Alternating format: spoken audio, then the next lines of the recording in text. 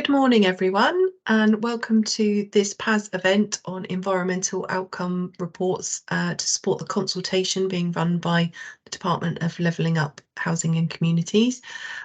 Just a kind of bit of housekeeping. This, along with yesterday's webinar, is one of the biggest attended events that PAS has ever held. So it is a little bit kind of piloting from us around running events of this scale. We are kind of reliant on some home broadband in some instances. So as with everything, it's the technology that's the most scariest part. So please bear with us if things do start to go a little bit awry. We will do our best. If we need to kind of pause and regroup and reconnect, then we will do so. So thanks to all for attending. But can I just say it's great that we are able to run an event that has kind of this wider reach and sort of talk to this many people about a particular subject and to kind of spread the word about what PAS is and what we can do. So in terms of a kind of little bit of housekeeping, due to the fact that we've got over 600 people signed up for this event, and I think we are kind of approaching about 400 people on the call at the moment, we have disabled cameras and microphones. We've also disabled the chat, and hopefully you will have received an email earlier in the week providing the opportunity to submit questions to us. And if you want to, you've got kind of my email address in the Eventbrite series to ask questions. We have disabled the chat for this particular meeting, again, because with 600 attendees, that's probably not going to be a kind of manageable process. We are recording the webinar, and the recording and the presentations will be available on the PAS website shortly after this event, and hopefully definitely by the end of the week. So in terms of who is on the call to support me, my name's Shelley Rouse. I'm from the Planning Advisory Service, and I'm joined by my colleague Martin Hutchins, Rachel Ferry-Jones and Roy Imus as well. We're also joined this morning by Kim Harding from the department, who leads up the Environmental Assessment Reform team. Morning, Kim. And we are also joined by two local authority speakers who are going to talk about the importance of measuring and monitoring environmental outcomes. And we are joined by Lisa Kirby-Hawkes from Hampshire County Council and Dr. Jessica Sadler from Surrey County Council, and they'll be joining us later. So let me reshare my screen.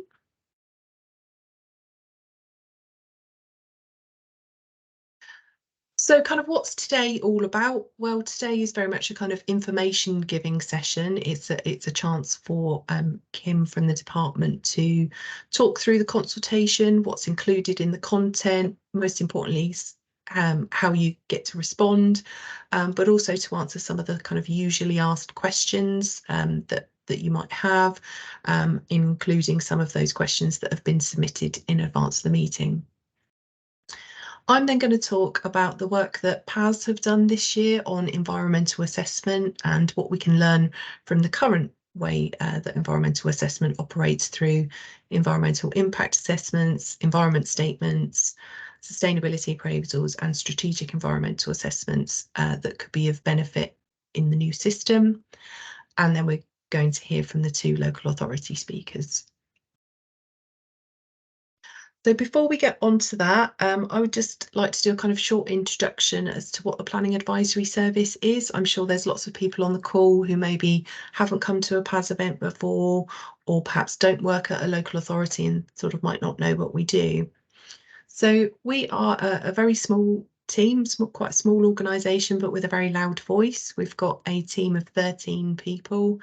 And we're essentially part of the local government family. We are part of an umbrella organisation called the Local Government Association, and we exist to support local authorities in providing their planning service as a kind of public function. We are funded by the department and DEFRA, but our principal kind of reason for being is to support and drive improvement in local authorities. And we do that through a number of ways. We provide training events, workshops and webinars such as today. We create an awful lot of web-based resources and tools and guidance for local authorities and other planners to use.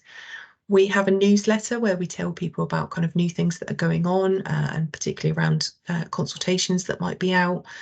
We've currently got 8,000 recipients and that's growing all the time.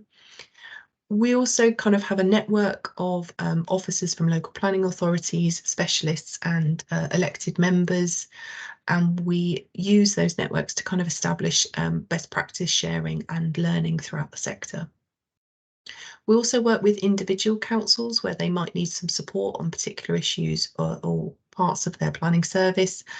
And as you can see from the slide, our work programme is quite diverse in that we cover things around kind of designing and the new design code agenda, local plans, the introduction of infrastructure levy and developer contributions, and some of the kind of hot topics around such as nutrient neutrality. So that's a little bit about kind of what PAS is and how the day is going to run. And I think I am ready now to pass over to Kim. Morning, Kim, and you're going to talk us through the coverage of the consultation and kind of what it's all about, and most importantly, how everybody on the call can put their responses to you. Brilliant. Thanks, Shelley. Yeah, the moment of truth. I'm going to share my screen. Oh. Actually, maybe I'm not. Let me try that again. Oh, not that one. Right.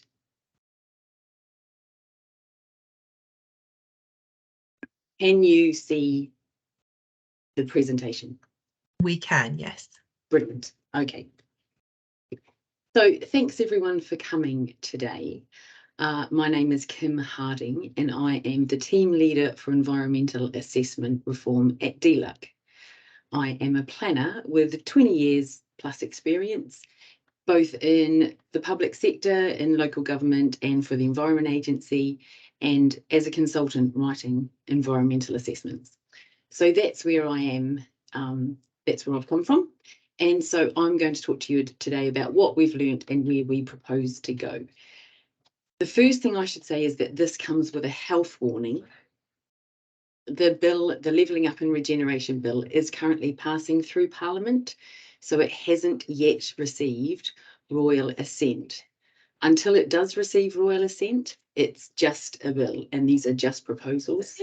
Once we have that royal assent, then the proposals will be more locked down, the framework will be more locked down, and we can proceed with a bit more certainty about what the new system will look like.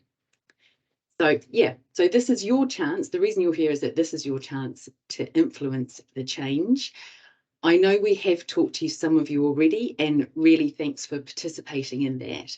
So we have done a bit of limited user research and engagement, and we plan to do more. So if you've put your hand up for that, we are getting to you. We had I think it's fair to say we had a bit of political change last year, so our program has slipped somewhat as a result. But we are definitely coming your way. And also, if you are interested in getting involved in helping shape the reforms, please get in touch and let us know. So we've talked to people, we've listened to what they say, and we've also looked at what's happening internationally. There's quite a lot happening on this internationally. We are bound by our international commitments on environmental assessment, such as the ESPO Convention on Transboundary EIA, the Aarhus Convention on public participation, and also most recently the BBNJ, which is Biodiversity Beyond National Jurisdiction agreement, which is a subsidiary agreement to the Law of the Sea. So all of those have an EIA element. The government is fully committed to abiding by all those agreements. So Where are we at right now?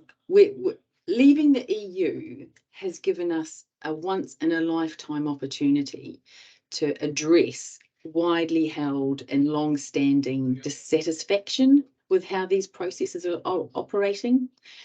So we've got this once-in-a-lifetime opportunity to take a look at what's working, what isn't working, keep the best bits, and maybe look at how we manage the rest. So we propose to do that through the framework set out in the Levelling Up and Regeneration Bill. And that gives us broad powers for a new framework for environmental assessment. The broad powers are necessary because when we left the EU, we lost the ability to amend the current set of regulations. So that's where we are with that. We are expecting royal assent this year. So there's been a bit of a change in the legislative program, but definitely royal assent this year. And this consultation sets out our initial thinking on how the powers in the bill could be used to deliver a more streamlined and effective system. So streamlined and effective is definitely our ambition, and that's what we will be working to achieve.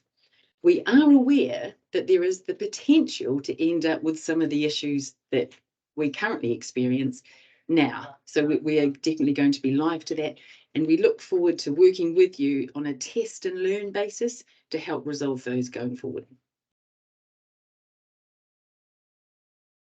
I should stress that this is not just about planning. There are 18 different environmental assessment regimes, and we are seeking views from stakeholders across all of these regimes. The policy development we have been doing in DLUC is very much focused on the planning regimes, and we expect that each of these different departments will take forward reforms for their regimes in their own way. Obviously, as a government, we are looking to maximise synchronicity, and there's lots of benefits to be obtained from joining up and delivering something that works across government as a whole. But there is quite a lot of variation within these different regimes, so it's probably not going to be possible that there's one solution that fits all. But what I'm going to talk to you today is kind of where we've landed up in terms of town and country planning and NSIPs, development consent orders. So, but it may or may not be rolled out across other regimes. And as I say, this is not government policy, it's all still subject to change. So, as I said, we have done quite a lot of engagement, and these are the main messages we heard.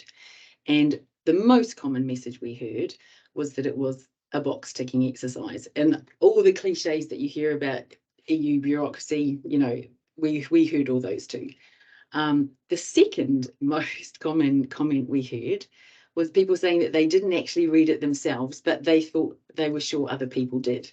So that was a little bit alarming.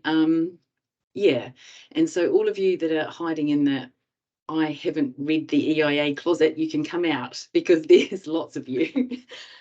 Yeah, so pretty much there were a lot of issues identified, and our first tranche of user research has been based on developers and recipients. So we've definitely looked at those end users more than the other users at the moment. So this is what we heard from these end users, and we'll get messages and collect those from other users along the way. There was a lot of issues with data and issues with trust in the process, and fear of legal challenge we found was first and foremost driving practice at the moment. So that's where we are. But putting those aside, we're just using those to help us develop a good, new, effective system. So this is the major change. And we are moving towards reporting on the contribution of a plan or a project towards nationally agreed outcomes. And this will ensure that our plans and our developments and all development activity supports our goals and our aspirations set out in the environmental improvement plan. So that's the big change. We are moving away from reporting on the significance of an effect. The technical work will still be required. So this is still an environmental assessment process. It's still that. Experts will still have to go out into the field. They'll still have to do their survey work. They'll still have to do population counts, that sort of thing. But the reporting will be different. And here is the linchpin of the outcomes-based approach, and that is the Environmental Improvement Plan. Government just released it, this new one, I think a month or so ago, so please have a look at it if you haven't already. And we envisage that the Secretary of State will set outcomes against which a plan or project will be measured. The detail of this has yet to be worked through, and we have yet to agree outcomes. So outcomes will be agreed across government in the first instance, and then subject to consultation and ultimately put in regulations. But you'll have a lot of chance to influence how they work and what they say. Outcomes will be high level, and they will be supported by indicators. The indicators will be set out in guidance, and we imagine that there will be quite a few indicators for each outcome. So you'll have to look at the data behind the indicator set and measure the effects of your plan or project against that indicator. As I said, they'll stem from the Environmental Improvement Plan, but it's really important that they are measurable at the correct scale. And we're talking here strategic level and project level, and they will be monitored. So just a bit more on outcomes and indicators. This is the list of potential indicators. It is definitely subject to change. It's just a first idea, a potential outcomes rather. It's actually potential matters that could be outcomes. They're not the outcomes as defined yet. It's definitely subject to change. You know, we could end up with 4, we could end up with 15. I hope we don't end up with 15, but it's possible.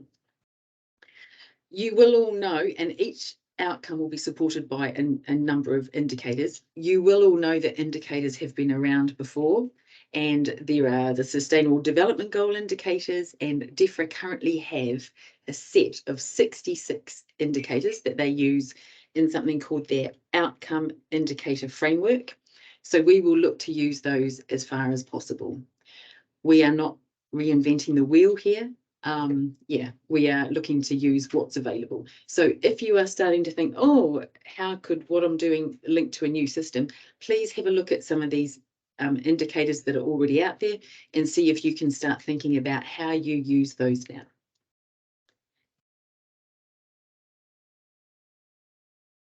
Section 5 of the document,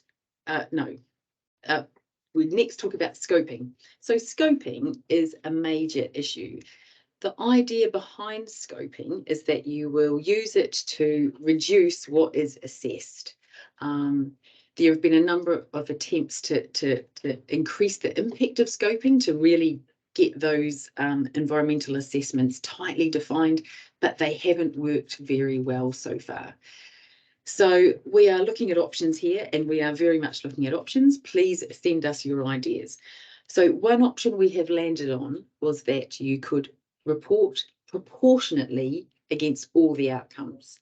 So you could sort of do your, if you were a consultant, for example, you would be writing your scoping report on behalf of a developer, you'd be writing your scoping report as now, but rather than submit it for a scoping process, the local authority has, is it 5 weeks to consider it? They talk to their consultees, come back and don't effectively scope much out at all. Rather than do that whole exercise, which has become a huge exercise in itself, and the last one I did took 4 months to get a result, you would just do your scoping exercise as a consultant or a developer, and then submit it as part of your environmental outcome report. So we're removing all that sort of middle bit that doesn't seem to achieve much. That's one option. Another option we are thinking of is having like a gateway stage or a panel stage, whereas you would submit your scoping request a couple of weeks in advance, rock up on the day, have a discussion with the experts or consultees, and get something a week or so later. So that's another option we're looking at. But as I say, if you've got ideas about how to make scoping work better, please let us know. Incidentally, some of the other EU countries, they make scoping mandatory, but they also still have some of the issues that we have with disproportionate reporting. So yeah, a bit of an issue.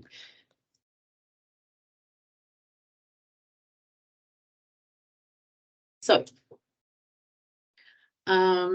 section 5, I think it's section 5 covers the report and what we think should be in it. We all know that reports are too big. Some of them for NSIPs go to tens of thousands of pages. And we also know that people aren't reading them.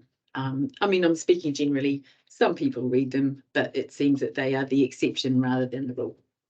So what we are trying to do is really minimise that report, and we will be developing as the government prototypes and templates and sharing those with you. We'll do on a test and learn basis to try and make sure we're getting the reporting to work better. But a few things that we want to get working better, as well as the size of the report, is better alignment between the strategic and the project scale.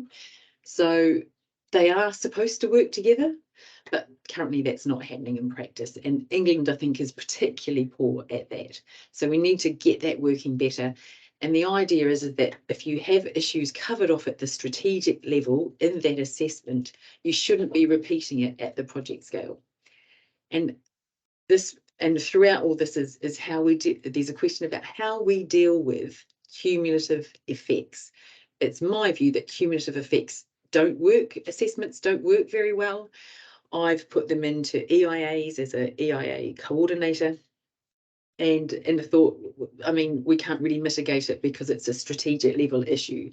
So there's a big question mark about how we deal with cumulative effects going forwards. And again, if you have any ideas, please put them in your consultation responses.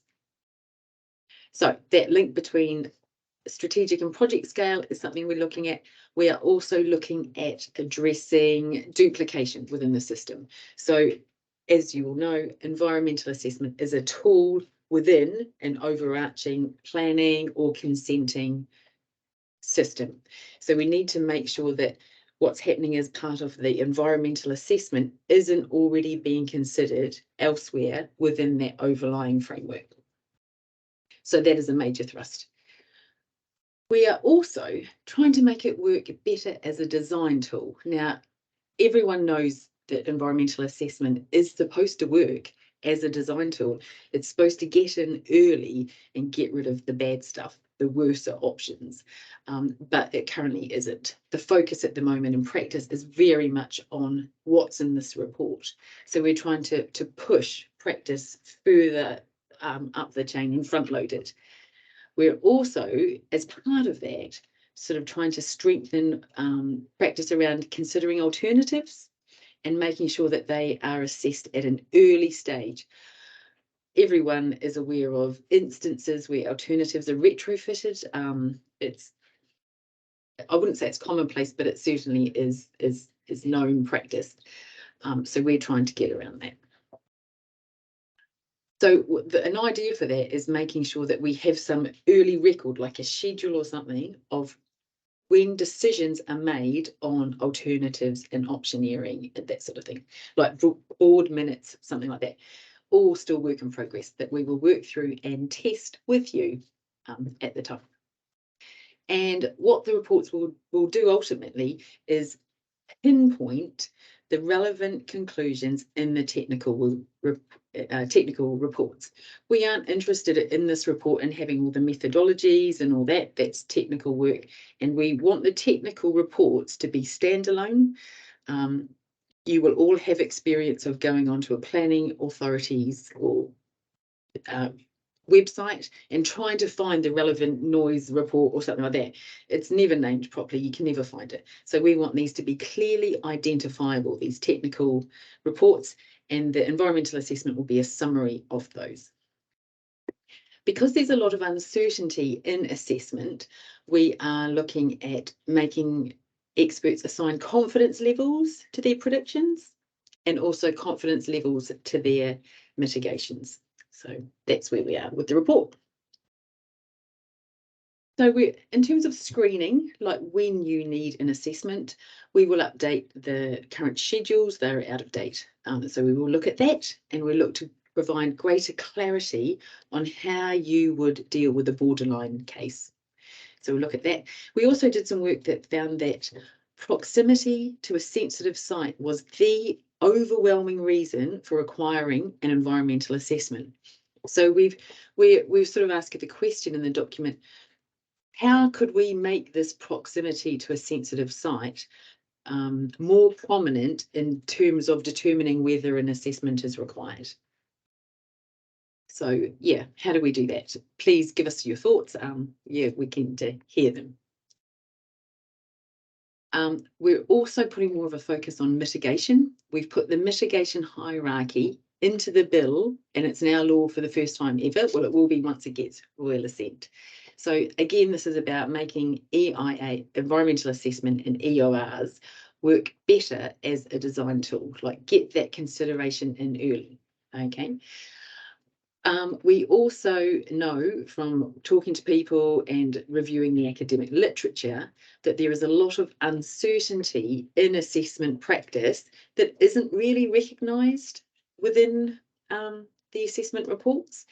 So and the environment is a complex environment, I suppose is the word I'm thinking of. It's complex. We know that we don't know a lot about it. So there's lots of known knowns and unknown unknowns, to quote NASA. So there's lots of those, and we have to try and incorporate those better. There's a few academic studies that suggest that there's a lot of confidence in mitigation measures, and that may not be backed up by evidence. So we need to make sure that mitigation is working well. And we need to think about, what do we do when it doesn't work well? How do we address that? And so one way of addressing that is using something called adaptive management, and it's also known as dynamic mitigation or adaptive planning. So we're looking at, should we use that? It's a concept that's been around for at least 20 years. And I think there is more recognition that mitigations often don't work. And so you might have to have something up your sleeve to address it when it doesn't. Yeah, so that's where we are with that. The other thing we're trying to do is mainstream monitoring. It's hugely important, especially given levels of uncertainty that we've just talked about. There's also uncertainty in those overlying legislative and policy frameworks, like consenting processes, and also development activity evolves as it gets implemented. So for all these reasons, we need to monitor. Everyone tells us it's important. A lot of people acknowledge that it's not really being done. And the exception to this is minerals and waste planning authorities. They seem to do it really well. So we're definitely looking to them to give us some guidance and advice and share their best practice with us. No pressure, minerals and waste planning authorities. Yeah, so that's where we are. But the bill gives us powers to require assessments to be properly monitored to ensure they are delivering the level of environmental protection predicted in that EOR. And we're looking at how we can ramp up enforcement as well if that doesn't happen. Unlocking data is key. Everyone said we don't have the data. A lot of people said we do have the data, but it's not actually the data we need for our EOR. So we have to look at how we make that work better. And the bill gives us powers to digitize planning data and planning services. And so we will look very heavily on that as a future work stream or a current work stream to get that really running. So we want that link between monitoring, data, digitization, and making that data available for people to use either in reviewing assessments, baselines for assessments, or monitoring assessments and future consenting activity to like de-risk that. We're looking at how we can get that data working as a loop, a feedback loop, rather than the current process, which is linear, and then the data is collected, considered, and then disappears from the system. So we're trying to make that work. We are also, I think section 10 is it? Talks about performance reporting. So the government is seeking to increase transparency on the effectiveness of assessment and how it works. We will have to take a benchmark of how it's working at the moment and look at how we can improve on that going forward. Yeah. Next steps from us are, we are looking again, as I've said, at a user-centered design process. We are really focusing on making these processes fit for purpose and effective, and we will be relying on the feedback from this consultation to take that forward. Yeah, and as I say, there'll be lots and lots of chances to be involved over the next couple of years as we develop and test the policy. Once we agree outcomes, we will consult on them as part of our putting them into regulations, and we will also set up some guidance going forwards. And that will be quite detailed guidance. A lot of people said to us, we want some government guidance. So we are looking at how we can meet that need. We will also have a capability and capacity building program, probably working with PAS to help build capacity and capability across all ends of the spectrum. And we will also, we've asked questions about what sort of transition period we should have. Should it be short, given that people will have had at least a couple of years to know that this is coming, or do you want something lengthy, given the timeframes involved in some of these large development projects? So that's where we are. If you can respond using our citizen space facility, that would be great. If you can't, we can accept email ones, but it's easy for things to get lost in translation if you have to have someone interpret an email. If you use the citizen space, it's all there, it's as you want it, and you can make sure that that is considered as you have expressed it. So, any questions? Cool. Well, thanks, Kim. No worries. That's, I think, well, from my perspective, provided a lot of colour, context, and common sense to the consultation documents. Yeah, so as we kind of said at the start of the call, due to the fact that this is proved to be a really, really popular webinar, we have asked participants to put forward questions for you in advance of the session. We've kind of collated those questions, and I'm going to hand over to my colleague Martin, who is going to now run a short Q&A session with you. Thanks, Shelley. Hi everyone. Thanks, Shelley. Thanks, Kim. Yeah, we've got some pre-prepared questions, shall we say. So let's get straight in. So the first question we've got, Kim, is the consultation mentions that support will be provided to ensure local authorities have the capacity and the capability in the transition from EIA, SEA to EORs. Do you know yet what form this is likely to take? Yeah, that's a good question. Yeah, the first thing I probably would say to that is that this is still a process of environmental assessment. What is changing is the reporting. So local authorities will still have to do a lot of what they do at the moment. But as part of our wider planning reforms, and also as part of this specific one, we are looking to build capability and capacity within local authorities. We are looking at additional resourcing, and we've got our fees consultation out. This is the plug for the fees consultation. Please, that proposes to increase planning fees by 35% for major applications and 25% for other applications, and it closes 25th of April. So please get in there and send in your response to that. We are also going to continue funding the planning advisory service, and you guys have been great in helping us support and build capability and capacity within local authorities. So we will be continuing with that. And I know that you also do, and as Shelley said, you also do specialist training. So we'll probably look at some specialist training in the environmental field. We are also working with the universities to have a look at their offer. A lot of universities offer an environmental element to their planning courses, but it's not always taken up. So we need to look into barriers to that and why that's not happening, given environmental issues are a major part of sustainable development, and the purpose of the planning system is to deliver sustainable development. So we're looking at that. And probably the last thing I would say is that we are providing £1 million in funding to public practice to support their work in helping councils recruit and develop skilled planners and share best practice on that. So we're looking to use that avenue and tap into that avenue as well.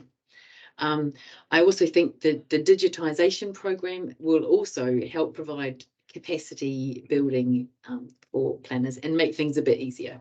So yeah, lots going on. Yeah, I think hopefully it won't be, it may sound daunting, but hopefully it won't be once we start doing all this stuff. Yeah, and as you say, planning advisory service are heavily involved in there one way or another. So yeah, we look forward to helping with that. What else have we got? So there's an increased focus, isn't there, on monitoring, it seems, with the EORs when compared to EIAs, etc. How will we all ensure that local authorities are effectively resourced in terms of sort of ensuring full cost recovery for that activity? Yeah, another good question. Monitoring is definitely the Cinderella of the planning process, and we are looking at how we can resource that better. It's kind of deprioritised, I think it's fair to say, across the planning regimes. It also is deprioritised in other regimes as well, although there are a few that are better than others. But I had thought offshore wind were really nailing it, but I went to something yesterday that suggested it was actually really difficult for them as well. So it's a difficult issue. We are aware that it's a resourcing challenge. We're looking at current models, like, currently sometimes Section 106s have a monitoring clause in them. So would that still work, especially as, those are being reformed as well through the levy? And we're looking at how effective can that be. So we actually have already had some responses on how we could improve funding for monitoring. So we will look at those, but, we're working through options, and please send us your ideas. Okay, thank you. We are in the middle of reforms and consultations and lots going on. And as we all know, once we understand what these reforms are actually going to mean and the changes that are actually agreed and confirmed, they can result in increased burdens to local authorities and developers. How will EORs, especially on the sort of scoping in all of the outcomes, avoid additional or creating additional burdens? Has there been some thought around that? Yeah, I mean, we are really aware of the need to make this more efficient and more streamlined and not create an additional burden. From what we've heard, it seems it is already a burden. So we are very much working on trying to pull that back and reduce that. In terms of the scoping, the proposal that we are currently considering in terms of reporting against all outcomes, I don't think that adds any more of a burden to local planning authorities, because it removes that activity around receiving the scoping request, sending it out, coming back from the consultees, sending out requests for further information, and then writing up the response and all that. So it will remove that bit of activity. So in terms of the burden, it might actually reduce it. He's hoping anyway. So that's the idea, but we're open to ideas. That's why it's important that the people implementing this system, local councils, planners are really clear, hopefully, in the consultation responses on how they see it affecting their role and what those burdens, additional burdens, might be should they exist. Yep. So yeah, encourage everyone to feedback on that. Why is government consulting? It feels like pretty late in the day to be consulting. It feels like is that a fair criticism? Why haven't it doesn't seem like it's been much more before. Yeah, we have done some work prior to the introduction of the bill. We have been focused on getting the bill through, but this is the first of many, not many, several consultations that we are planning, several formal consultations. So we have done some user research and some limited engagement to date, but yeah, I mean, we're still at quite an early development in terms of the policy. So that's why it's really important that people let us know what their ideas are and how they think it could work better, because this has to be a collective effort. We don't want it to be government saying, this is how you should do it, because we don't think that's worked that well always, particularly in this environmental field. So we need to work together to do something better. So there's lots of chances to be involved. Please take those up. We know that local authority planners in particular are under quite a lot of pressure at the moment. So yeah, but please make the time when you can. Yeah, I think we're all eager to understand and to get on, but at the same time, this thing's got to be right, hasn't it? And it's got to work. Does. So okay, thank you. Okay, blunt question. When will the new system come into force? Okay, yeah, good question. We're currently thinking. You can't say in the spring. Yeah, civil service speak. We're currently thinking from 2025. So we'll be looking at royal assent for the bill this year, regulations likely next year. We'll have to do some piloting and some consultation on the regulations and the guidance before it all rolls out. So yeah, really interested in people's thoughts on what they need in terms of a transition period as well. Okay, thank you. Just looking at, I guess, getting into a few specifics. How will things like heritage issues be considered in this new process? Okay, so cultural heritage is included in our definition of environmental protection. So it explicitly says cultural heritage. In terms of what this will look like in terms of outcomes at the strategic and the project level, we will still have to work through that, and that will be subject to parliamentary scrutiny through the affirmative procedure. All of the outcomes will be subject to that, actually, and also consultation. So you'll have a chance to have a look at that. But we are definitely considering cultural heritage is in less in terms of planning for the actual listed buildings and things, because they are well taken care of, but it's more in terms of the archaeology across the board. Like there are things like marine archaeology, which is a really big deal. And unless that they have this hook, they don't necessarily have a remit to look into that. So yeah, it's important. We recognise it's important. Okay, yeah, I mean we've got sort of an additional layer to that question in terms of how will EORs differentiate effectively between cultural heritage outcomes relevant to longer term public plan and programme assessment from that required for individual development project assessment on land and at sea? We've been asked here. Right, okay. Yeah, Yeah, oh, yeah. that's a tricky one. So we will have to look at the outcomes and how we measure those at the plan and program level and at the project level. So we are looking, so the outcomes will be quite high level. And as I said, they'll be agreed across government and subject to consultation. The indicator sets are where we will look to differentiate between plan and program level and the strategic level and the project level. We haven't actually done a lot of work in that yet. I won't deny it. It's all still to come. So I probably will duck that question other than say that please feel free to give us your thoughts as we go in. We will be working with DCMS and Historic England to identify suitable indicators for each level. But yeah, it's work in progress. Okay, thank you. Okay, another tricky one. How will EORs address cumulative effects? Because Okay. it's not always an effective part of the process, is it? Yeah, I think that's actually the trickiest one. So cumulative effects assessments have been around for at least 50 years. It's my view that they don't work particularly well. And the EU in 2019 did a report into SEA and how well it worked, and it identified some of the challenges in using SEA for some issues where cumulative effects are particularly predominant.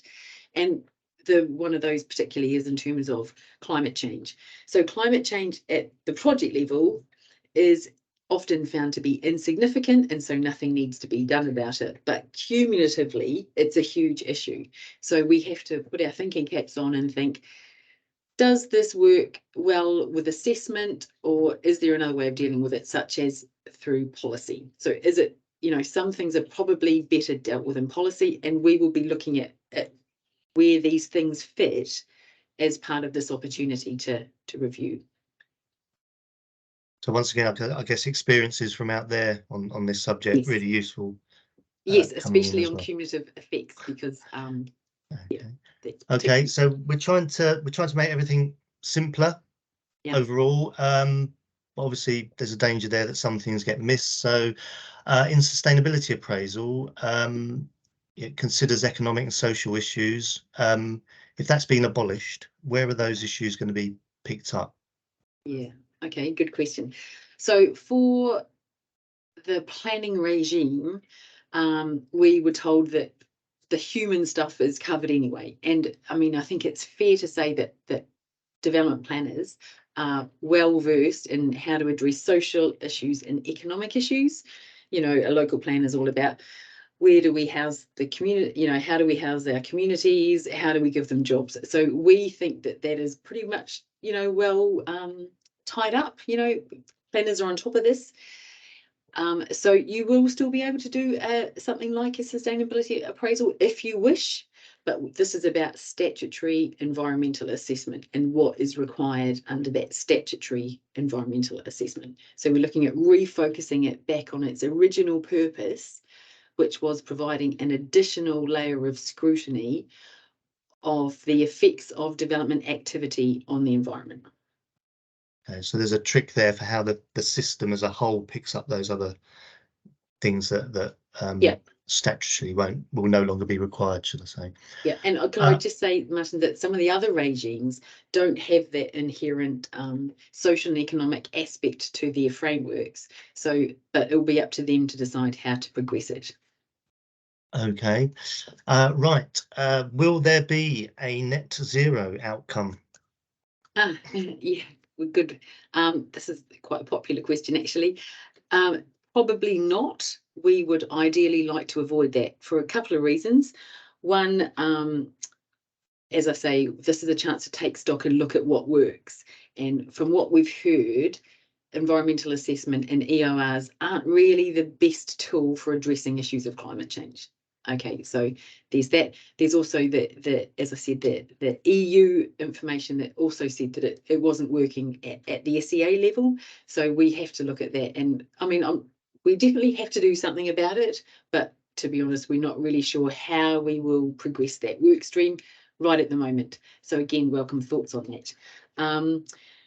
Yeah, and also climate change isn't a single issue. It's a complex network of interconnecting considerations. So it's inherent within lots of the other outcomes and indicator sets in any case. Like, people say to me, oh, you've got to include flooding because that's part of climate change. But flooding, for example, has been around since millennia. It's not really much to do with climate change, but so we're having to work through these issues at the moment, but probably not. But never say never. Okay, all right. Okay, so taking that into account and all the things in the presentation about simplifying things, the potential things possibly being missed, things that are currently looked at, not being as focused on anymore. There's been a question about, is this going to amount to overall a reduction in environmental protection? Okay. Good question. And the answer is no. we're actually trying to make it work better. From what everyone has told us, it's not working very well at the moment. So our focus is on making it effective.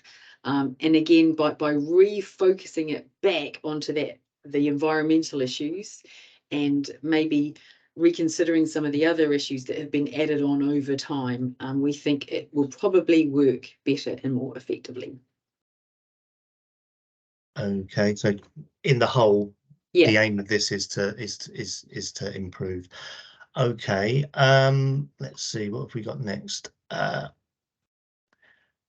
So going back to something we touched on earlier, but how would things like human health and other social and economic issues be addressed in the new system? Okay, I think I'll duck that as well, because we still need to do work in that space. So we will, health is part of the definition of environmental protection. So it is, we will definitely consider it. We're not exactly sure how we will consider it. It's something that we need to do some work on. We need to make it effective. And so we're really looking at how effective is it to address health issues through environmental assessment. They are important. We're not saying they're not important, but it's just like, where does it work best? So we've got to do some work on that. Social issues, same sort of thing, and economic issues. We don't really want to be considering economic issues through environmental assessment. I'll be honest. Economic activity is what sort of drives development activity. So we think that that's inherent within development activity is economic objectives. So we wouldn't be looking to expand it into that. Okay, and this is our last question. It's about the definitions within the consultation, etc., and the definitions in the bill. There's been some questions about where they've originated. Okay, we've got a definition of environmental protection and natural environment. I think, casting my mind back, I think we took those from the Environment Act, which was passed 2 years or so ago. So we've really based those on that to get some consistency across government. So that's where those came from. Okay, that's the last of our questions. So thanks, Kim. I know a few of those put you on the spot, and you've not got all the answers, but you said you've not got all the answers, so we appreciate your honesty. So I'll hand back to Shelley. Thanks, Martin, and thanks, Kim. That was really good. I enjoyed listening to the answers, and it's helped kind of crystallise some information in my mind.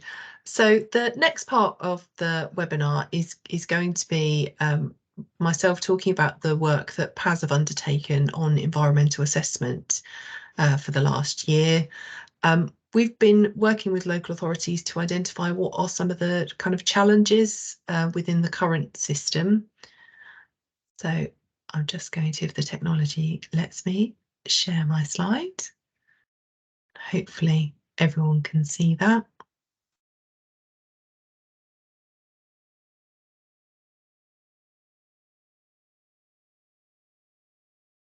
Great. So what have PAS done this year around environmental assessment? So we held a kind of deep dive workshop series with an overarching webinar and then a series of deep dive consultation roundtable events. We did that with over 80 local planning authorities, and it was really to drill down into some of the challenges and issues that face us in kind of practitioner work. So particularly focused around kind of EIA screening and scoping, and then a series of deep dives on sustainability appraisal and SEA development. Following on from that work with 80 planning authorities, we've set up a kind of officer network who have begun to kind of have those conversations between themselves around best practice and sharing some information on how they're approaching certain elements of environmental assessment in the current regime.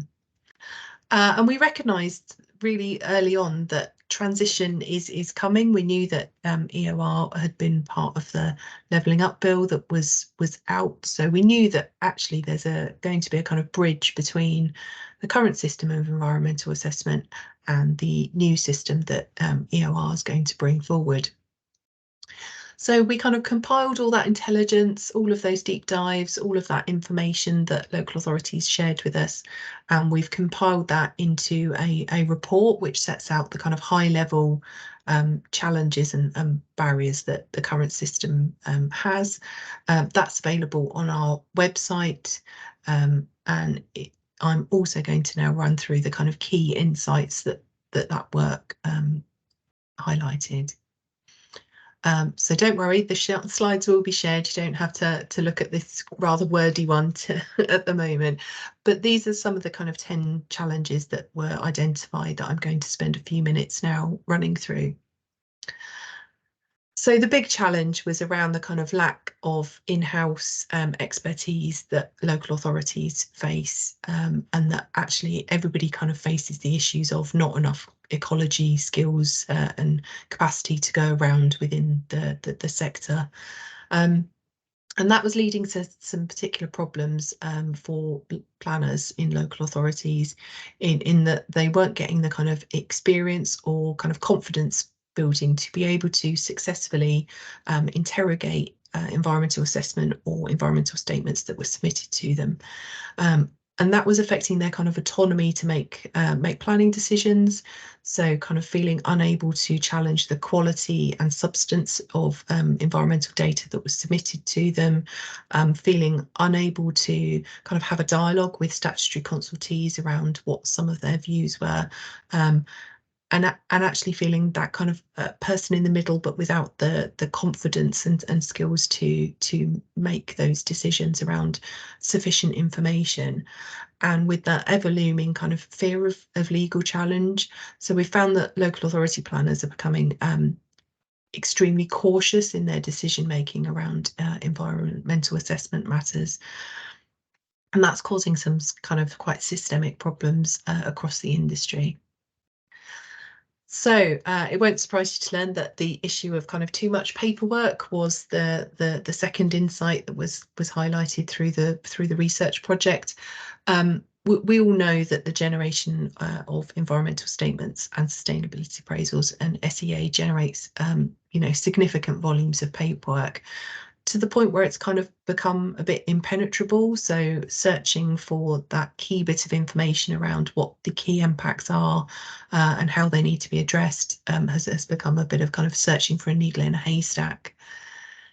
The volume of paperwork we also found has kind of made it impenetrable for local communities or members to feel that they kind of have an engaged aspect of the process, and that's led to a kind of knock-on effect of significant objection to local plans or particular planning applications, because there hasn't been that kind of front-loaded engagement with the environmental assessment process.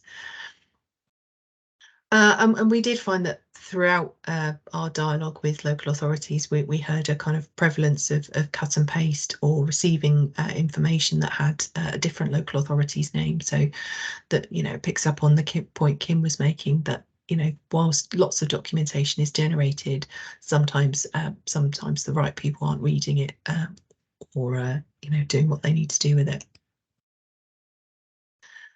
So we also found that we all do it slightly differently. So there's a kind of inconsistency of approach, both for environmental impact assessment and for SEA.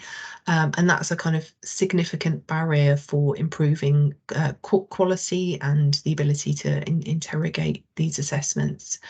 So whilst assessments have broad standard headings, we found that there's a significant variance in the format and content of environmental statements that are submitted, with kind of assessment authors kind of doing their own thing and setting different frameworks or different indicators in a multitude of formats.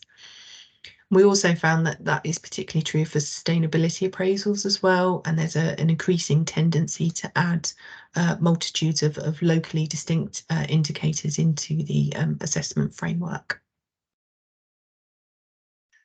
Well, it won't be a surprise to anyone to learn that environmental assessment is trying to do too much, probably in the same way that planning probably is trying to do too much. There's a lot that kind of gets piled onto the planning system to fix, and And what we heard from local planning authorities is that there's a view that there's definitely a need to kind of refocus on the implications for that proposed land use, for that proposed effect. So there is a tendency for EIA to cover kind of all conceivable impacts. You know, whilst there is a screening and scoping stage, you know, pretty much everything gets screened in, everything gets scoped in because of this kind of legal challenge, I suppose, environment that's been generated around this process. And again, there's kind of this idea that there are lots and lots of impacts that need to be covered within an EIA SEA, but you know, how far kind of upstream and downstream do you go in terms of the impacts that are being generated? So certainty versus uncertainty. I think there are lots of elements within the current process of environmental assessment that require crystal ball gazing and the predicting of effects and kind of suggested appropriate mitigation. That sits at odds a little bit with how other parts of the planning system work. So for example, you know, you've got to have enough certainty to be comfortable in issuing a consent, issuing a permission for a development. And particularly for local plan examinations, there's the requirement to show that a plan is sound, that it's deliverable, and you have to show significant evidence of its deliverability. And that sits at odds with the kind of forecasting and predicting of effects and mitigation that the current system of environmental assessment has. So we found that there's a kind of challenge for local authority officers in undertaking this process to kind of turn those uncertain effects from kind of cloudy to crystal to fit with that need for certainty for plans, examinations and issuing of consents. Yep, so we also heard one of the key barriers is around the kind of inherent bias that does sit in the system and how that kind of subjectivity of environmental assessment sometimes kind of disrupts what environmental assessment is actually trying to achieve. So we heard that lots and lots of planners, you know, don't have access to specialist ecology support, or if they do, it's quite limited, and they may not have the experience or expertise themselves in terms of that kind of technical environmental assessment background. And that's kind of led to a problem in the system in that quite often technical evidence or statutory consultee views are being kind of unchallenged or uninterrogated by officers and a reliance at kind of accepting things at face value without kind of recognising that subjectivity around the creation and the authoring of those assessments is an inherent part of the process. And also that those kind of technical assessments are done by professionals, and that professionals do, you know, disagree, particularly around kind of methods of data collection, methodology for putting together the kind of fundamentals of those assessments. And you can ask different people different things or have different consultancies do things in a slightly different way. And there's a kind of inherent subjectivity within this process. And we heard that kind of officers, even when they did feel that they had the competence and skills to be able to review environmental assessments and challenge some of those technical evidence, that they didn't feel that they were able to because particularly around EIA, it's the area that local authorities experience the most kind of legal challenge or judicial review territory. We heard from Kim, and I think a key part of the kind of move to an outcomes-based system is around data. And we heard from pretty much everybody across the board in both aspects of the spectrum, both at project and plan level, that there is a lack of reliable and kind of consistent data. And there is a need for us to have a kind of semi-standardized approach towards data, and for that data to be trustworthy, to have a kind of owner who makes sure it's maintained and updated. We heard that some of the data is out there, it's just knowing that there's the ability to kind of trust in its source, and that it's a reliable source of data to use across multiple variants of environmental assessments. And as you can see, there was a direct quote from one of our participants who took part. EOR does have the potential to kind of simplify and de-risk some of the process, so we can start having those better conversations around what are the identified impacts, and how can we successfully mitigate them, and how can we ensure that through monitoring we're capturing those environmental benefits and outcomes. So this is something that in giving local authorities local plan support, I kind of was acutely aware that this happens on quite a wide scale. So it was satisfying to hear through the research project that it was definitely something that was reflected back to us from multiple participants of the 80 local authorities that took part. And it's a kind of fundamental knowledge gap around what environmental assessment, what the purpose of it, and kind of what it's for and what it does, and how that's different from how plan making and the generation of options and strategy for plans, or how it's different from kind of whether something is policy compliant at project level, is kind of a completely different consideration to is it does it have a sufficient environmental assessment, and what the environmental effects are likely to be. So we heard that kind of across the board, everybody involved in the system, whether that's kind of local planning authority officers, consultants, legal professionals, you know, elected members and members of the public, kind of conflate whether the environmental assessment on whether a scheme is acceptable is different, and a different process to whether a scheme is acceptable in planning policy terms.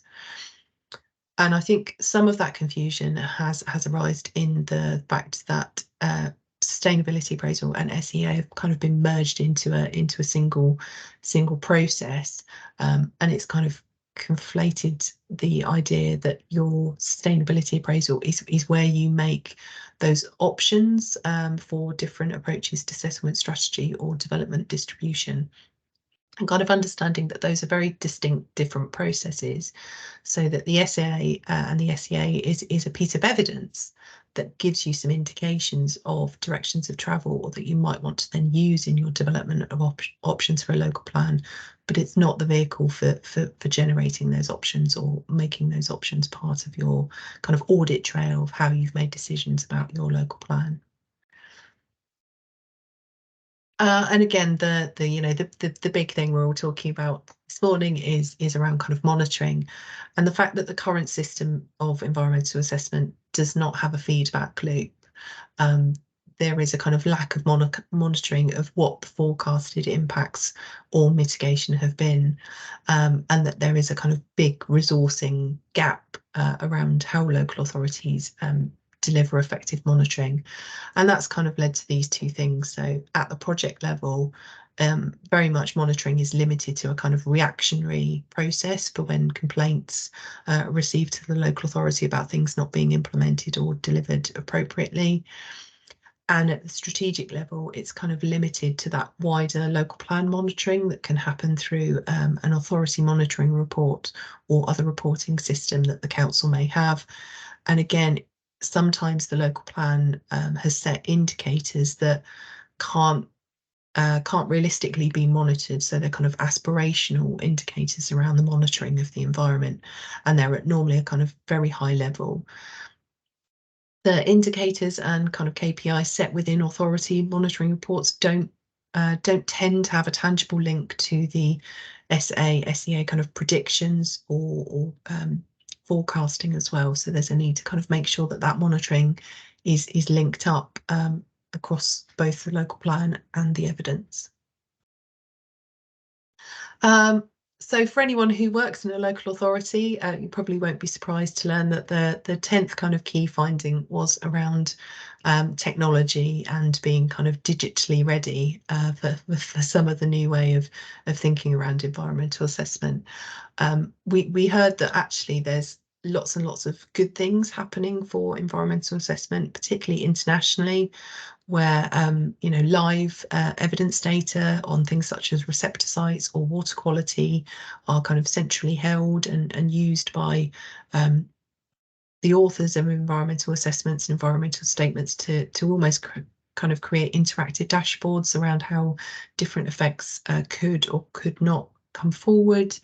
But we found that councils are kind of effectively prevented from receiving that type of non-PDF form of environmental assessment due to either kind of corporate IT restrictions, and that included things such as the inability to accept interactive 360 views, fly-throughs, or hydrology simulations for flooding extents. And we found that that was kind of twofold. So that was either due to the kind of council not being able to be set up to accept those types of formats, and that officers, particularly kind of specialists in this area, were kind of found that quite frustrating, and that the fact that those types of interactive assessments or kind of variable toolkit assessments were it was hard to make them uploadable or submittable or available for members of the public to view on the council's current IT systems, or the fact that there was a nervousness around having a link to something that was hosted something externally in a format that wasn't able to be hosted on the council's kind of public access or planning pages. So hopefully that was a kind of whistle-stop tour of the research work that PAS have undertaken this financial year. As I said, that is a very much a kind of high-level, broad brush of the big key insights that we found, but there is much more information and detail about how the project was run, what some of the kind of big messages were, and some of the recommendations that we're going to be feeding back to DLUC on how the new system of EOR could operate and what lessons we can learn from the current method of environmental assessment. So hopefully that was insightful for everyone. I do encourage you to go and look at the report on the website. So I'm now going to hand over to our two local authority speakers who are going to tell us about some of the work they're already doing in terms of monitoring and improving environmental outcomes. So I'm going to stop sharing and I'm going to hand over to Jessica, Dr. Jessica Sadler, who's going to talk to us from Surrey County Council and give us a kind of overview of monitoring that's happening where you are. Hello, Shadi. Thank you for that. Let's just get the slides up a minute, which is always the fun bit.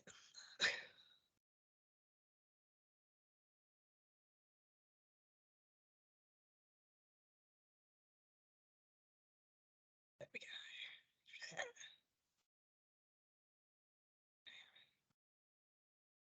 Right.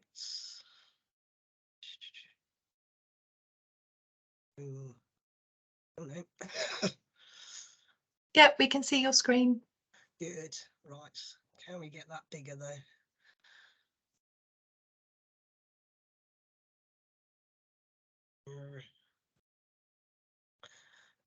Right. Anyhow, sorry about that. They've gone a bit small, but we'll crack on with this, and hopefully it'll work okay. My name's Jessica Salder. I work for Surrey County Council for the Minerals and Waste Planning Authority, and I'm the Principal Environmental Assessment Officer. So I'm just going to run through a quick high-level introduction to what we do in terms of monitoring of mineral sites, which is quite an established practice and it's something we have quite a lot of experience in. So just by way of a bit of an introduction, for those of you who aren't familiar with minerals working and surface minerals working in particular, some of the key environmental impacts that we have to deal with for sort of sand and gravel extraction, clay extraction in Surrey are landscape impacts, which obviously you dig a quarry, it's an area of land that previously was a nice green field and it turns into a huge hole for the duration of the mineral working, and then you need to do something about that post development. In terms of ecology, again, you'll have established habitats. Typically, those have to be removed. So there's habitat and species loss of potentially ecological connectivity. And again, over the longer term, post-working, you'll want to do something about that. The water environment is also subject to quite a lot of change, because you dig a hole, you've then got options as to what you do with that hole. So quite often we will restore sites by lining them and importing and depositing inert fill. Obviously, that fundamentally changes the hydrology of the site in terms of both surface and groundwater flows. And again, that's something you need to keep an eye on both during development and post-development. And then there are changes in air quality, particularly things like dust emissions during site operations, from both digging the material out, processing the material, and from the vehicles moving the material around within the site and out from the site onto the wider highway network. And again, these are all things that inevitably arise as a consequence of mineral working. We recognise them as potentially significant environmental impacts, and we therefore like to monitor them and keep an eye on how things are progressing and make sure that there aren't major effects occurring, particularly in terms of the operational side. Obviously, we accept the fact that there's a significant landscape impact and a significant ecological impact, and we try and address that through site restoration. On to the next one. So in terms of monitoring and managing ecology and landscape impacts, during sort of the site preparation and mineral extraction phases, you'll have habitat loss and loss of associated species. To an extent, you can address that through things like translocation. So if you've got species that are particularly sensitive, great crested newts, reptiles, you can move them onto receptor sites, either within the site or outside the site. Again, having done that, you're going to want to monitor how that's proceeding. Is the newt fencing intact and in place to keep the newts safe if they're on site? Is the habitat that you've moved them to continuing to be appropriate? Are they thriving where in the new location? You'll also have areas of key habitat that you might maintain during the mineral working. So ancient woodland and veteran trees are a good example of that. You'll use measures like root protection zones, canopy protection zones and buffer zones to try and protect those areas of habitat. And again, you need to monitor that to make sure it's working effectively, that actually harm isn't occurring to those retained habitats during the mineral working. There are changes in landform and cover and character associated with the removal of vegetation and soil, the creation of voids, introduction of things like processing facilities, washing facilities, haul roads, bunds, and various other site infrastructure, things like wheel washes, offices, and all these sorts of things are going to be there for the duration of the mineral working. They're going to have an impact on the character and visual amenity of the site and adjoining properties and the surrounding area. And we'll use things like bunds and planting to try and mitigate to an extent these operational impacts. And again, you need to monitor the position of the bunds. Has somebody built houses next to the site in the intervening time that you now need to move the bund or extend a bund so that you're providing protection for those properties? Has the planting died off because of drought? Do you need to do something about that? So monitoring is kind of embedded into both the implementation of the development and into our roles as a local planning authority, keeping an eye on what's actually happening on the ground. Moving on to post mineral extraction, there are quite a lot of opportunities associated with minerals for biodiversity creation and for landscape enhancement. We're quite lucky at Surrey. We have 2 restoration and enhancement specialists who work proactively with mineral operators during the operational side of the quarry, prior to application, to develop restoration schemes for sites, to help them implement those schemes and to deal with any issues that arise during the implementation of the schemes that might need to be changed. So it's kind of the adaptive management that was being referred to earlier. You may plant a particular species and then find that there's an issue. Ash dieback is a good example where suddenly we specified lots of ash planting. Oh, hang on, we can't use that anymore. We need to use another species. That's going to have implications for the type of habitat we create. And again, you'll have to monitor to make sure that everything is proceeding as planned once you actually have done the planting. Same with the landscape enhancement. You can actually deliver quite a lot of improvements. So you can have new landscape features, forms, improved landscape cover. It might have been an agricultural field before. You bring it back to a form of land use that's actually got new habitats. You could have woodland, wetlands. We're quite good at quite a lot of wetland restoration in Surrey. And a lot of that creates habitat for a range of species that you might not have there. And you provide public access as part of that as well, quite often. So providing green space for local communities. So there can be a net environmental and community benefits.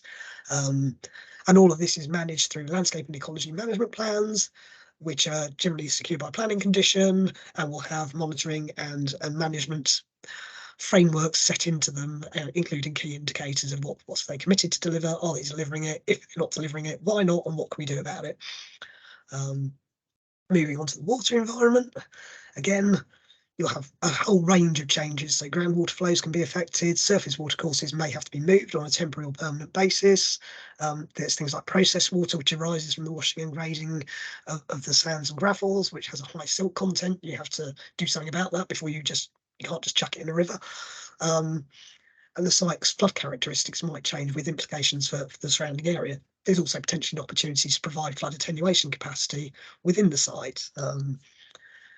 So we will usually, again, secure through condition things like surface and groundwater monitoring and assessment plans, which will look at the operational impacts and the longer term impacts. So if you've dug a hole, you've lined it and filled it, there are residences upstream of it in terms of the hydraulic gradient in the groundwater body. You want to make sure that what's not happening is that those properties are now getting flooded as a consequence of the change in the hydrology of the area.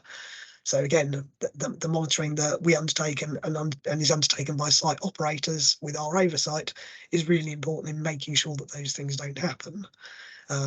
For excavation, you will have a depth to which you can excavate to protect underlying groundwater bodies. And again, that needs to be monitored because groundwater levels can fluctuate. If they come up, then actually the base of the quarry needs to move up so that you're not causing harm. And again, that requires quite active monitoring and reporting. And then last one I'm going to talk about is dust a bit, which is very much an operational impact, but it's something that people get very concerned about. Again, it inevitably arises. We're dealing with materials that are quite friable. If you've got windy conditions, they blow around quite easily. They can be deposited over quite a large area. We use dust management and action plans, again, secured by planning condition, to make sure that things are being managed properly. There's various mitigation measures that can be deployed, and we'll ask operators to do things like monitor rainfall, wind speed, wind direction, so we can get an idea of where it's going to go.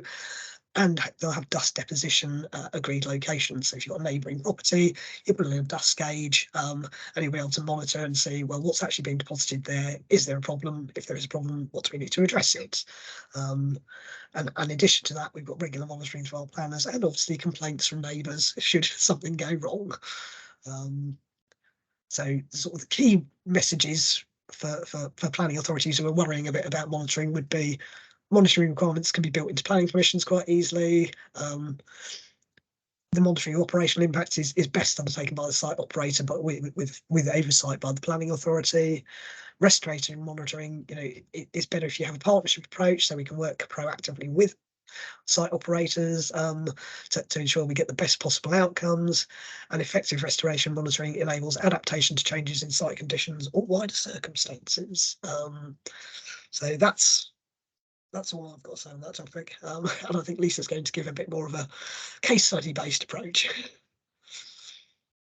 Thanks, Jess. That was really informative, and I think there's definitely a lot to learn from kind of minerals and waste monitoring and practices that are happening that we can kind of replicate or duplicate. Yeah, particularly around the kind of cost recovery of monitoring and, like you say, the partnership working. That's really good to hear. So Lisa, I'm going to hand over to you. You're going to tell us about a particular case study that's been happening in Hampshire. I'm just going to get the slides up, and hopefully if you can give me the nod, Shelley, when you can see them on your screen. Yeah, we can see them. Perfect. Right, so we are going to jump over the border from Surrey into Hampshire, and just give you a kind of a bit more of an example about how environmental outcomes are basically delivered through minerals development in particular. We heard a little earlier about Kim saying no pressure on minerals and waste planning authorities in terms of delivering some of this. We do have a lot of experience with dealing with these type of developments, both at plan making and at project stage. So hopefully we can just give you a bit of an insight, building on what Jess has already said in particular, because she's given a great context for some of the issues just a moment ago, and just giving you a bit more of an understanding really about how we do the job that we do. So just quickly what we're going to cover, we're going to look at what our role is and how we actively monitor these types of sites to deliver those environmental outcomes. And then I'm going to highlight a case study. Interestingly, looking at the delegates list, there's a couple of Hampshire officers or former officers in the room, and so a number of authorities in Hampshire. So some of the site I'm going to talk about, some of you may know this in a little bit more detail. So hopefully it will be a good refresher for you. So in terms of our role, very similar to Surrey, exactly the same as Surrey, we are the Minerals and Waste Planning Authority. So we cover the Hampshire County Council administrative area. We're not the planning authority for the South Downs and New Forest National Park areas in relation to minerals and waste, and indeed the city councils in Hampshire, which is Southampton and Portsmouth. They are minerals and waste planning authorities in their own right. So what I'm talking about here is very much our position, how we deal with these types of developments. Within my team, I've got a very proactive monitoring enforcement function, and so essentially they go out and they actively monitor all sites granted permission for minerals and waste developments, but particularly now we're talking about minerals. So they spot check these sites, they go out with all of the conditions and all the legal agreements and make sure that the environmental outcomes that have been sort of governed through the planning process are delivered. We've got the ability to actually get some payment for that. It's quite a small fee, but for mineral sites, we can charge for those visits as part of the fee regulations. And we will always try and bring agencies and different parties together where it's relevant to delivering these environmental outcomes. So we've got a lot of experience in Hampshire with, for example, the county ecologist coming out with us to look at long-term management, and other disciplines and agencies such as the Environment Agency in particular in Hampshire. We work quite closely alongside the EA in Hampshire to deliver some of the more complex environmental outcomes at mineral sites. So I think the key thing really, key message from me is that this is not new for minerals development. We deal with this regularly as authorities around the country. So it's kind of bread and butter really for minerals development. You're kind of expecting these environmental enhancements and outcomes to be very much there as part of the proposals that come forward and indeed the delivery. There is a really long history of this, and at the bottom of the slide there I've included a little link, and I'm not asking you to go away and spend an hour listening to it, but if you are interested about some of the outcomes that can be delivered through minerals, that's a really good video that was produced by the MPA a couple of years ago, which kind of highlights some of the key environmental outcomes that can be delivered through minerals.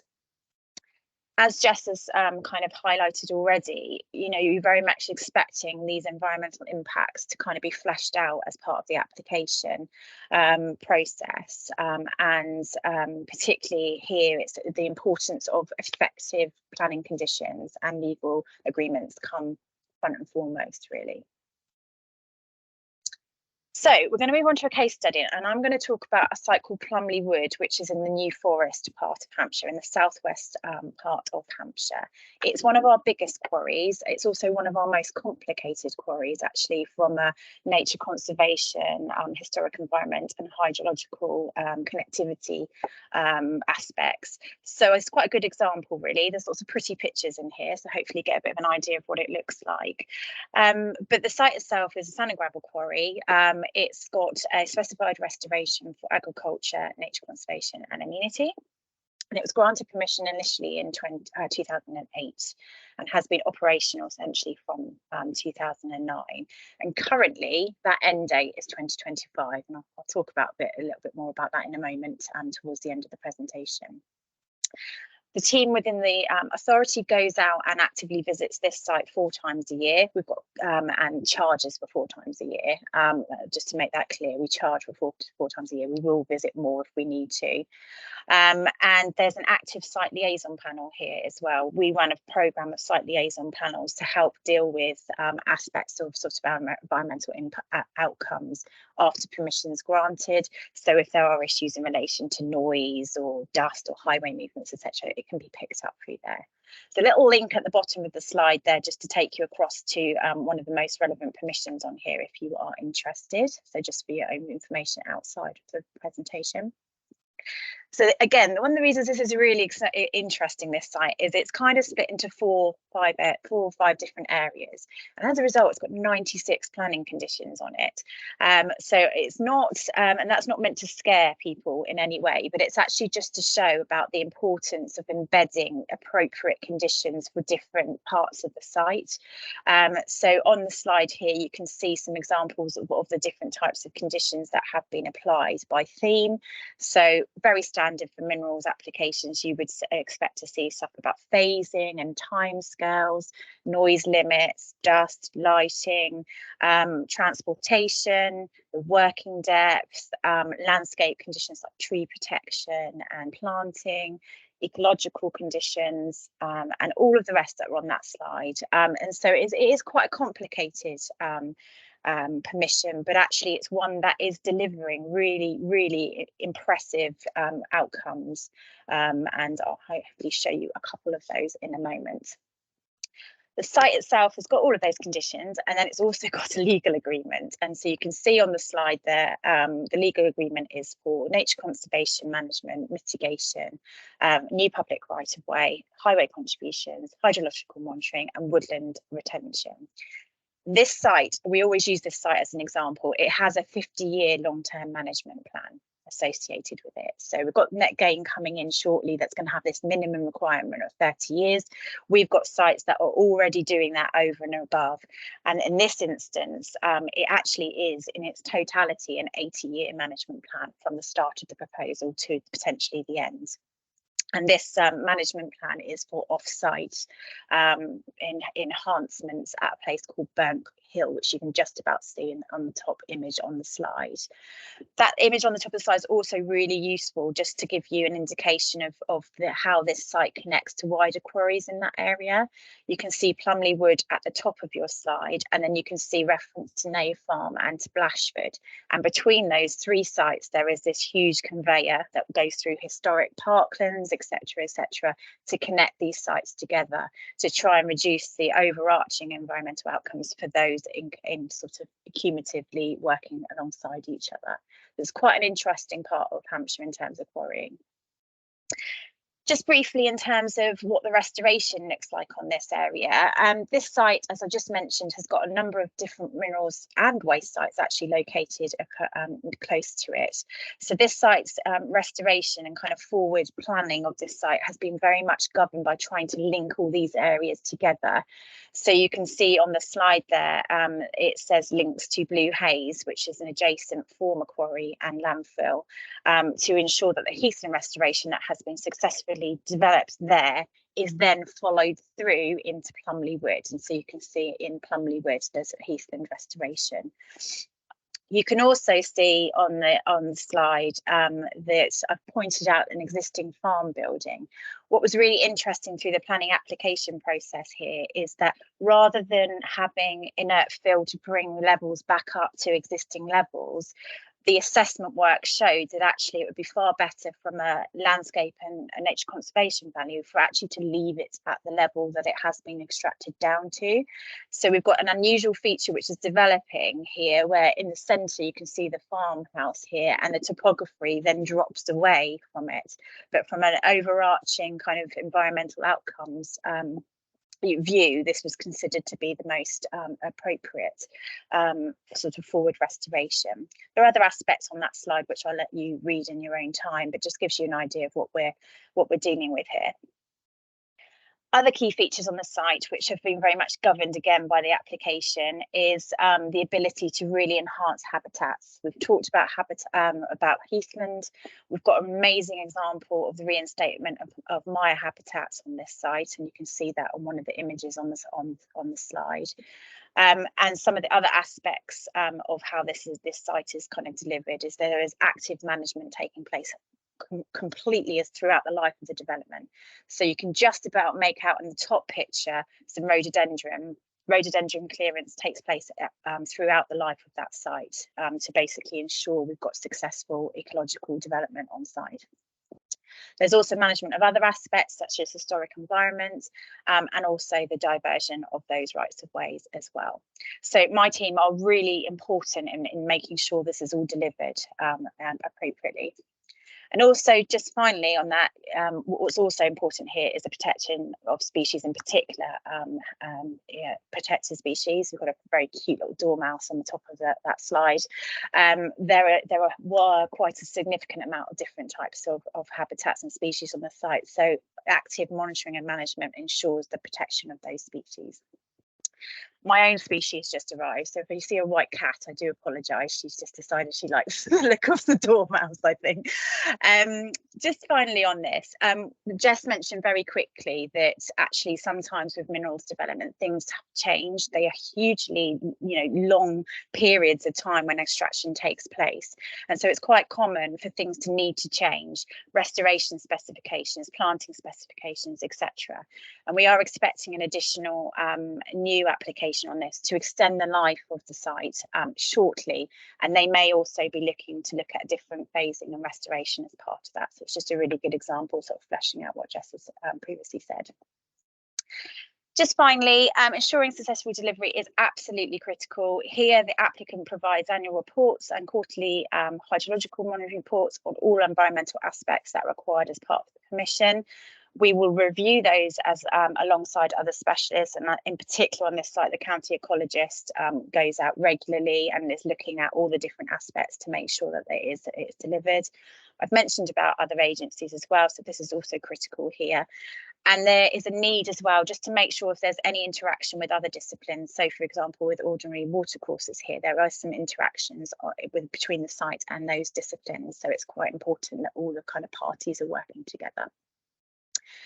So just finally, in terms of summary points, we already deliver this as a minerals industry. And so what I would say to particularly to district planners out there, talk to minerals and waste planning authorities. We can give you that insight. I'm more than happy if anyone wants to pick up the phone and have a chat with me about this and how we deliver it. Please do that. We're more than welcome to do. You're more than welcome to do that. The key things here are the importance of building those outcomes into the permissions effectively and having those effective conditions and effective long-term management. This is deliverable. There is examples where this is deliverable, and we can show you those and hopefully help you through that process. And then just finally, partnership working, as I've indicated, is massively critical to ensure effective monitoring can essentially deliver these outcomes for the future. So that is it. A bit of a whistle-stop tour, very quick run through, but that is it from me.